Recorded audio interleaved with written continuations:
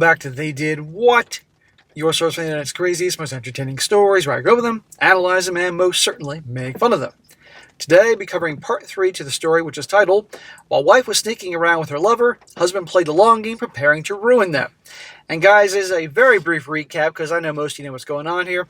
That's about the guy who's in his 50s, who's ending his 30-year marriage with his wife, after finding out for at least 7 months she's been hooking up with a male coworker. And he played it like a boss. The whole thing started 7 months earlier when they were out at some bar after a concert or something, and some dude was getting close to her. He confronted them, and the guy sucker punched him, knocked him out, and that guy got arrested and did community service. And at that point, he started doing his homework and found out she's been cheating on him.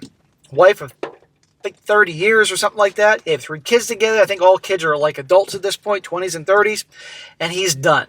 And the guy played it like a boss. He kept his cool. I'm amazed how he was able to keep it cool. Got the lawyer, found out his options. And it ended with him in the first part getting ready to serve her. And then the following parts, I think 2, 3, 4, and 5 in terms of Reddit versions, which I covered in part 2. He had her served and all that. He told the kids what was going on. The kids are, of course, heartbroken, but they're on Dad's side here. And she was served, and now he was planning on telling her BFF's husband about, because her best friend was cheating on as well. And he also told the dude who was cheating with his wife's wife, whole bunch of things that got going on. And she's been served. And now here we are in what I'm calling part 3, or which is part 6 on Reddit, as to what has been going on ever since. And it's been interesting, to say the least. So it continues on. He says here, this will be a rather lengthy update, mainly due to the fact that Sunday evening and Monday of this past week was filled with one situation after another regarding this whole fiasco. Some of it my doing, some of it not. Brother, the second she got served, it's going to be fiasco after fiasco. Good luck going one day without some kind of drama. On Sunday evening, I had a long discussion with my oldest daughter. She is basically playing the mediator at this point, for lack of a better description. She informed me that meeting with her mother started out bad. My soon-to-be ex, as I predicted, told the truth, but then shifted into mom knows best mode and attempted to push her way through to resolution on her terms with the kids. What'd I tell you? What did so many of you guys say in the comment section? Wait till mom tries to control the narrative. Well, my kids would not have it. My son spoke up and stated plainly to her that the only reason they were there at this point was because she gave birth to them. And at this time, they did not respect her, trust her, and were ashamed of her. Good for the son. And you know what? I'm sure that wasn't easy to do, even though she had it coming. Well, this really hit my soon-to-be ex pretty hard, and I'm proud of them. Based on her reaction and demeanor throughout the rest of the meeting, my daughter believes she's realizing the damage and irreparable harm she's done to the family as a whole. I'm not buying it. I think she's sorry she got caught. Because if she really cared, she wouldn't have done it in the first place, let alone had it go on for 7 months. Because she wasn't just cheating on the husband and hurting the husband here. She's also the family. A lot of people don't look at that way, but it's the truth. All my kids have agreed that unless it's an emergency, that they and their mother would take a 2-week break from each other. Allow the children to decide what they need from her, and for her to formulate a plan on trying to mend the family. They also drove home the point that she needs to stop contacting me directly for a while, and that when I'm ready to talk to her, I would. Yeah, because I think she's been bombarding this guy with messages and everything ever since she was served. But I mean, what do you expect? Well, this happened Sunday, so except for one time, or I'll explain that in the next paragraph. Ever since then, I've not heard from my soon-to-be ex. One thing she did, I will say, I do appreciate, was that the soon-to-be ex self-reported herself to HR and handed in her resignation. Whoa, that's interesting. Unless, she lost her job. Well, then if they get divorced, now he's paying her fucking alimony. Let's be honest here. She threw herself and the affair partner under the bus. No honor amongst thieves. So I guess I should say good for her. She already has a job somewhere else lined up, so at least she's not looking to sit at home. Okay, well, we can all see how that could have been handled. On Monday was her BFF's day to have her life interrupted. I swung by her BFF's husband's place of business and had to sit down with him. I showed him the text, and I'll have to say that it was almost as hard as seeing my wife's text for the first time. He teared up, and I was afraid he was going to have this huge emotional breakdown, but instead he was crying in relief. Crying in relief. Apparently, he has suspected something when she was having her affair, but she gaslit him and made him feel like as though he was crazy. Shocker.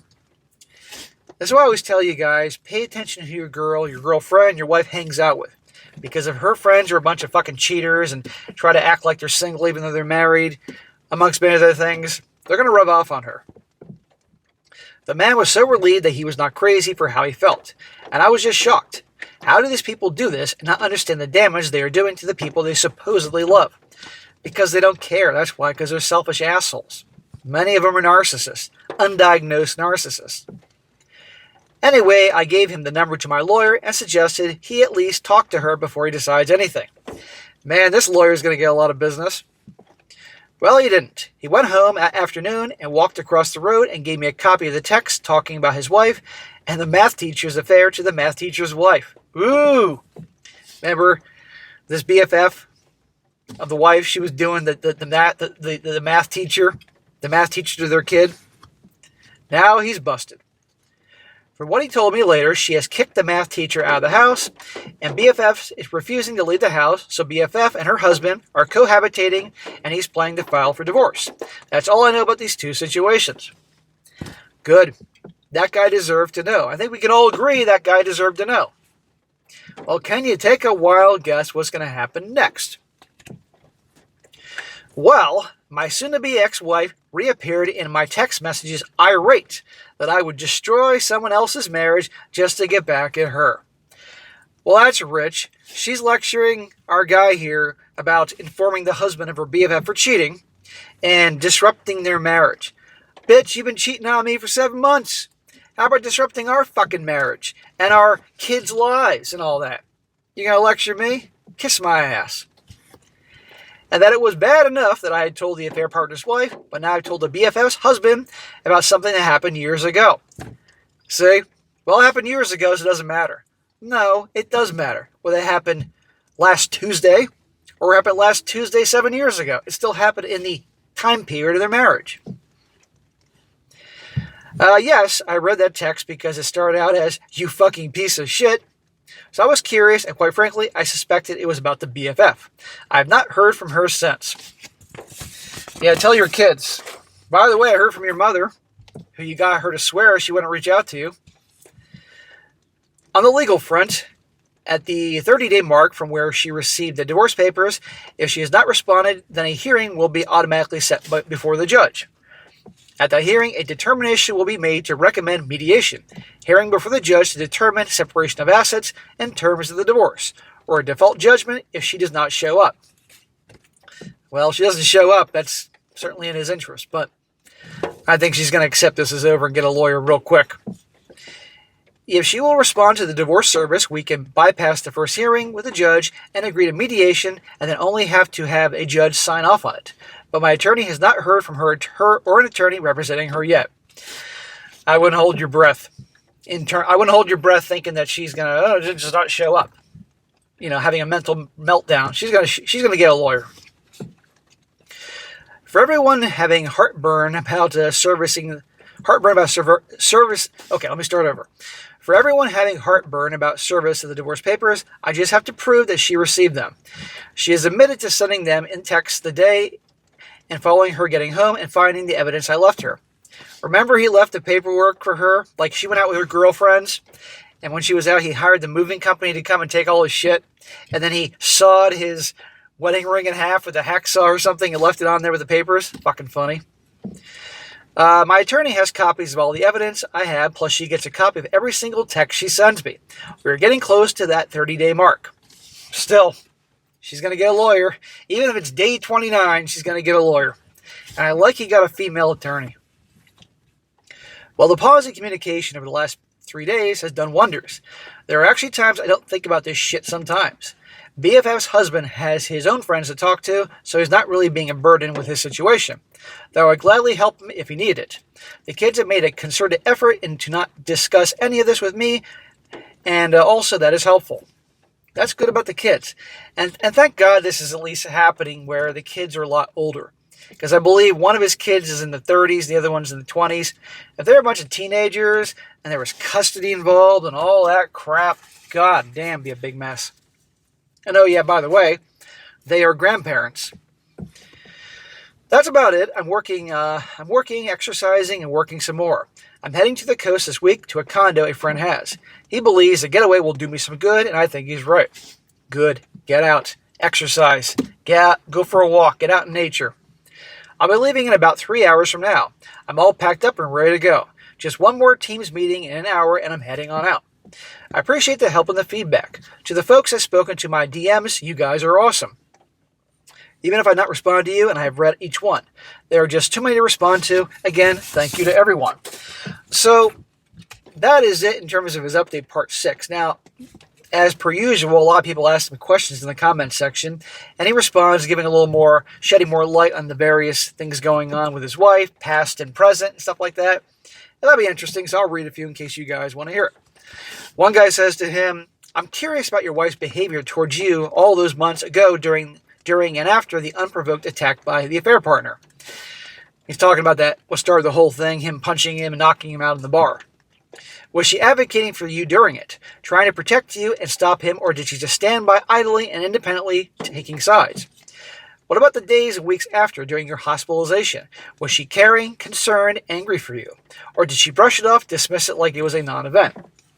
And our guy responds saying she was screaming, no! But honestly, after I was tackled into the wall and hit my head, I don't remember her actions firsthand. I was told she was very upset and trying to help me. Well, that's nice of her. Now, as for the days following, she was very attentive and helpful. Like I said in my original post, there was no change in our interactions prior to me finding out. Nothing I was suspicious of. And anyways, and afterwards, I only noticed very small things like nervousness when her phone went off. Going out of her way to know where I was. But these are things I only saw after the fact, so I can honestly say I would have noticed them if I hadn't known about the affair. So, based on this and what he said earlier, she was doing a fantastic job of covering her tracks, acting like everything's normal, giving him love and attention, blah, blah, blah, except for when he noticed that she was acting a little weird with her phone. Another comment, this guy said, this is a longer comment, but then the guy gets into his response. This individual says, hey, I'm going to drop this nugget for you here. In an earlier update, you said your soon-to-be ex had texted her BFF that she had been trying to end the affair for months. Did she indicate in any previous text that she was trying to end it?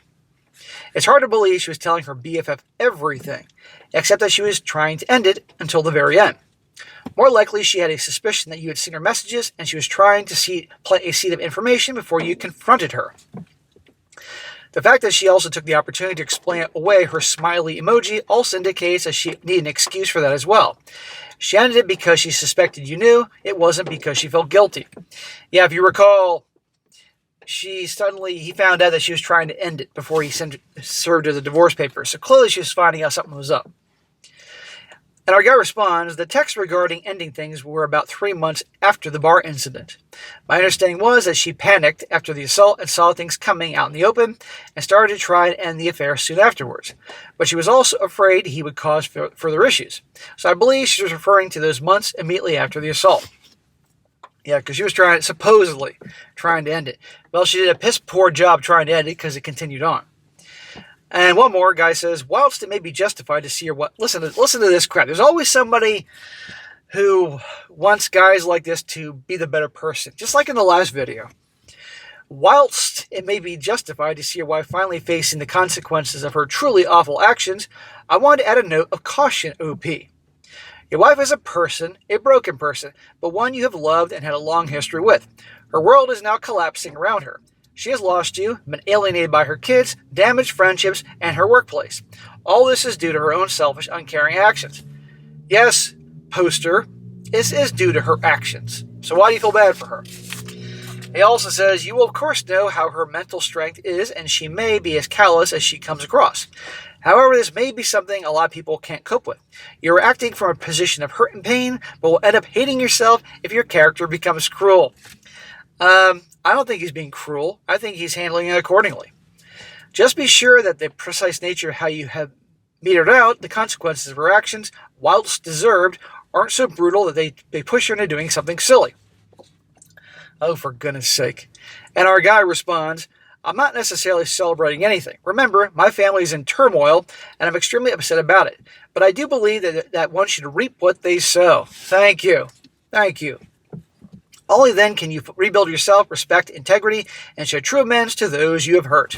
So in other words, I'm not worried about acting cruel and things. There's always somebody. Don't be too mean. Bitch deserves it. You all know it. End of story. And I don't believe after 30 years of marriage, this is their first fling. I've lived too long. I've covered too many stories.